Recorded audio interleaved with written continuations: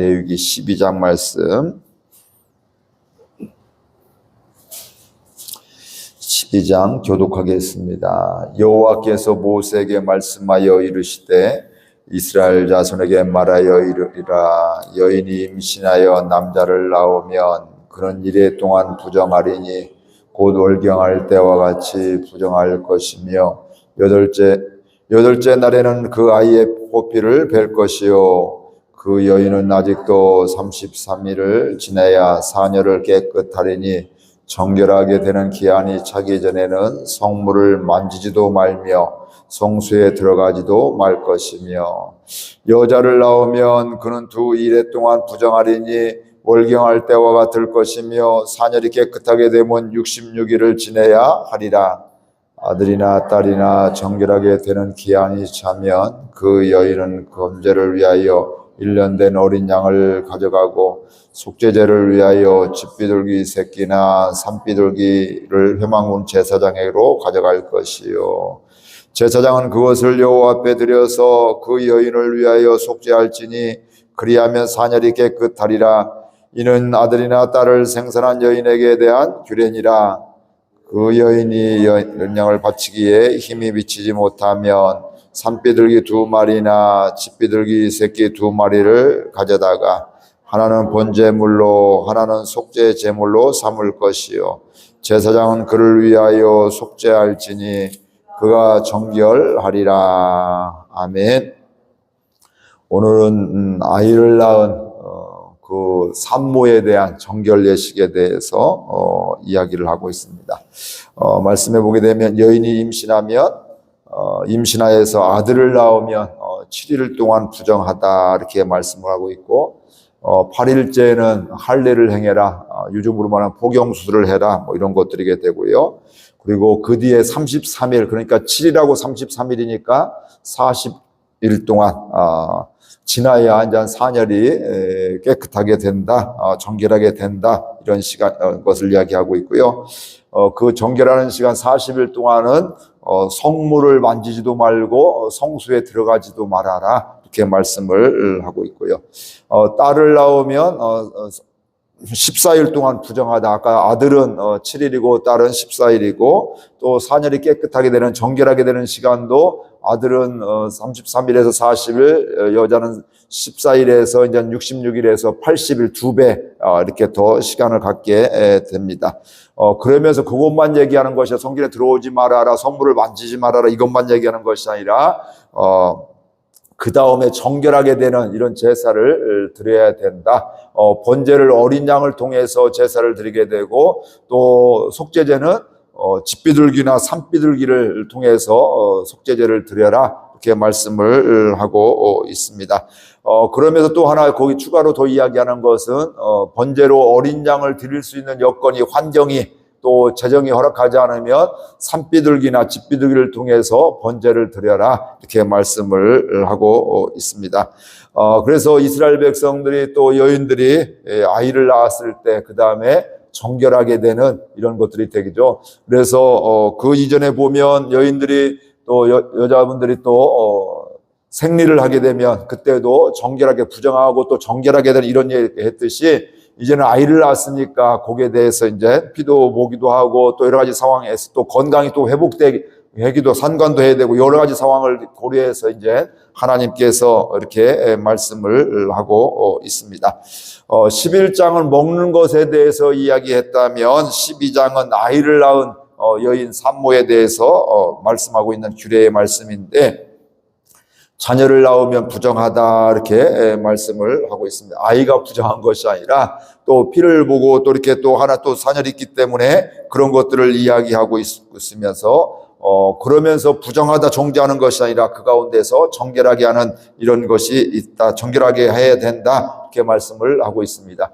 사실은 창세기부터 하나님이 사람을 창조하실 때부터 뭐라고 했을까요? 사람을 창조하시고 생육하고 번성하여 땅에 충만하라. 이게 하나님의 뜻이고 하나님의 계획이었던 것들이죠. 그 얘기는 바로 자녀들을 낳게 될 때 그런 일들이 일어나게 되는데 근데 그런 상황 속 하나님이 그렇게 복을 주시고 또 생육하고 번성할 수 있도록 해주셨는데 인간의 죄로 말미암아 불순종 타락으로 말미암아 하나님 앞에 죄인이 되어지게 되고 또 아이를 출산하는 이런 해산의 고통도 보게 되었습니다.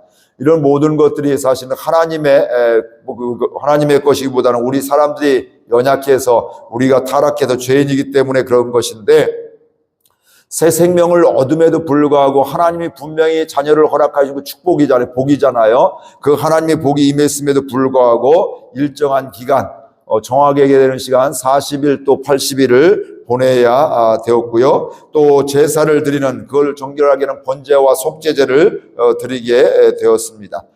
번제물은 1년 된 어린 양이나 비둘기, 형편이 되는 분은 어린 양을 통해서 그 번제를 드리게 되고, 형편이 안 되면 또 칡비둘기나 또 산비둘기를 통해서 택하여 바칠 수가 있었습니다. 그러나 속죄제물은 부하든 가난하든 뭘로 하냐면 칡비둘기나 산비둘기를 통해서 속죄제를 드리게 되었습니다. 그러니까 이 이야기는 바로 뭐냐면, 부하든 가난하든 속죄제는 산비둘기나 칡비둘기로 통해 드렸다는 것은 바로 뭐냐면, 우리 사람은 누구나 부하든 가난하든 건강하든 건강치 못하든 또 환경이 좋든 뭐 좋은 일이 있든 없든 다 뭐냐면 하나님 앞에서 모두 죄인임을 말씀하고 있는 것들이고, 그 죄의 문제는 바로 뭘로 해결할까요? 하나님께 속죄제를 드림으로 말미암아 해결이 되는, 오늘 우리는 예수님을 믿음으로 말미암아 하나님 앞에 죄를 자백하면 다 사함받는 이런 은혜가 거기에 있습니다. 여기에서 또 우리가 알 수 있는 것들은 바로 사람은 외모로 사람을 취하고 있지만, 보고 있지만 하나님은 사람의 중심을 보시고 있음을 알 수가 있습니다. 하나님께서는 우리 사람의 마음을 보십니다. 그렇기 때문에 제물을 드리는 그 자체가 중요한 것이나, 그걸 통해서 뭐 할까요? 하나님의 말씀에 순종하게 되면서 죄의 문제를 해결하려고 하는, 또 하나님 앞에 내 마음을, 내 삶을 드리는 이런 것들을 이야기하고 있습니다. 우리는 때로는요, 하나님께 드려야 되는데 우리의 삶을, 우리의 마음과 생각을, 우리의 물질도, 우리의 건강도, 우리의 시간도 드려야 되는데, 때로는 내가 생각하기에 이거 작은데 하면서 드려야 될 것도 드리지 않는, 사실은 내가 볼 때는 그래도 큰 거 드려야 하는데, 많은 거 드려야 하는데, 많은 시간 드려야 되는데, 이렇게 작은 시간이니까, 작은 것이니까, 에이, 이거 뭐 어떻게 창피하게 남사스럽게 어떻게 이걸 하나님께 드려? 이러면서 드려야 할 것을 드리지 않는 이런 경우들이 있을 수가 있습니다. 그런데 하나님은 크고 작고의 문제가 아니라 그 마음을 보시고, 마음을 또 받아보시고, 또 기뻐하시는 하나님임을 우리가 분명히 알 수가 있습니다.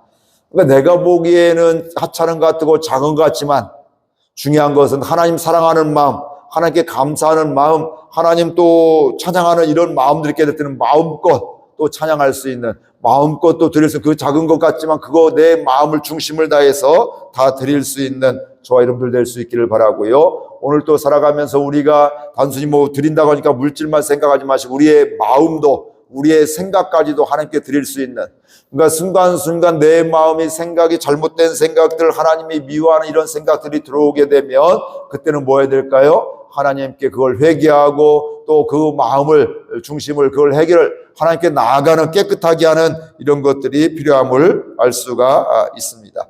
오늘 이 말씀에서 우리는 하나님의 마음을 알 수가 있습니다. 뭐냐면, 처음에 보면 이건 부정하다, 또 정결하는 기간이 차야 된다, 이렇게 하면서 40일, 80일 말씀을 하고 있는데, 어떻게 보면 사람은 부정하다, 깨끗하지 못하다 이렇게 생각할 수가 있지만, 하나님은 우리 사람이 연약하고 죄인이기 때문에 또 우리가 그 죄의 문제를 반드시 해결하는, 정결하게 하는데 하나님의 마음이 있다. 처음부터 깨끗한 사람 아무도 없죠. 처음부터 은혜 받고 완벽한 사람, 또 하나님을 잘 섬기는 사람이 그렇게 있지를 않습니다. 그러나 그 마음을 하나님은 보시는 거예요. 그러니까 그 연약하니까 나는 안 돼가 아니라, 이거 어떻게 드리가 아니라, 그 마음을 보시고 또 하나님 앞에 정결하게 하는데 하나님의 관심이 있음을 우리가 알 수가 있습니다. 오늘 우리들도 하나님의 마음으로 사람들을 바라보고, 교회를 바라보고, 우리의 일들을 바라볼 수 있는 귀한 은혜가 있기를 바랍니다. 정결하게 하는데 하나님의 마음이 있다는 것은 바로 뭐냐면, 하나님은 회복하는데 마음과 관심이 있으시다. 죄를 지어서 너는 그만둬, 너는 교회 오지 마, 이것이 아니라 죄를 지었니?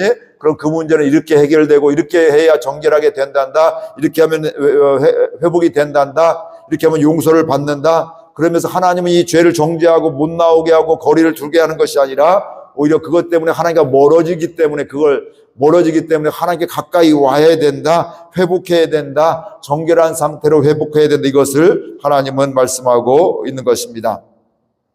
그러니까 성경 말씀을 다 보면 회복의 말씀이에요. 하나님을 떠났던 사람들이 하나님께로 돌아오게 되고, 하나님과 상관없던 사람들이 하나님과 상관 있는 사람이 되고, 예수님을 부인하고 배척했던 사람들이 예수님을 믿게 되고, 이런 것들이 있게 되어지게 됩니다. 이것은 나 스스로, 인간 스스로는 할 수가 없는 것들입니다. 하나님 안에서 회복되는 것들이죠. 우리의 죄의 문제도, 우리의 또 여러 가지 상황 속에서도 하나님 앞에서만 회복될 수 있는 것들인데, 하나님 앞에서 날마다 이런 깨끗하게 정결하게 되는 이런 은혜가 있기를 주의 이름으로 축복을 드립니다. 오늘 또 살아가면서 주와 함께하는 시간들 되시기를 바라고요. 또 특별히 한 게 아니라 우리의 마음과 생각도 하나님께 드려지는, 혹시 내 마음이 부정하고 좋지 않은 마음이 있다면 이걸 하나님께 회개하고 하나님께 내어놓고 또 정결함을 받는, 사함을 받는 이런 시간 되었으면 좋겠고, 내 연약함 때문에 하나님과 점점 멀어지고 배척하는 것이 아니라 그 연약함 때문에 하나님께 더 나가게 되고 정결하게 하는 이런 방법을 알려주신 그 하나님께 나아가서 또 내가 깨끗해질 뿐만 아니라 하나님 앞에 깨끗한 그릇이 될 뿐만 아니라 다른 사람을 바라볼 때도 하나님의 마음으로 바라봐서 회복에 관심이 있고 구원받는 데 관심이 있게 되고 사랑하는 데 관심이 있는, 그걸 위해서 우리가 기도하고 섬길 수 있는 귀한 은혜가 있기를 주의 이름으로 축복을 드립니다. 말씀 생각하면서 함께 기도하겠습니다. 하나님 아버지, 은혜와 사랑을 감사드립니다. 주님이 저희들 오늘 또 함께 해주시고 이끌어 주시더 감사드립니다. 우리는 부정한 것을 만 보면서 거리를